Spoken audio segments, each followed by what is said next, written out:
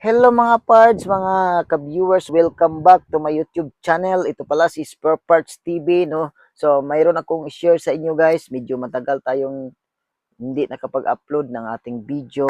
So, ang i-share ko ngayon guys ay tungkol sa pan belt na iyong sasakyan. Kung sinong mayroong Toyota Fortuner, Hilux, Innova na ang kanyang, which is ang kanyang makina guys ay 1GD or 2GD engine. So, listen carefully guys. Ito yung size ng iyong pan belt. This is mono belt guys. So isa lang ang pan belt ng iyong sasakyan pero mahaba siya.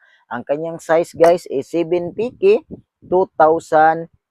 So ito yung size ng iyong pan belt kung meron kang Hilux, Fortuner, Innova which is ang engine niya ay 1GD at 2GD engine. So maraming salamat guys kapag meron kang natutunan. Don't forget to subscribe and click the notification bell para updated po kayo sa susunod kong video. Once again, this is Nestor Guden ang nasasabing iba ka pag may alam. God bless ating lahat. Bye-bye.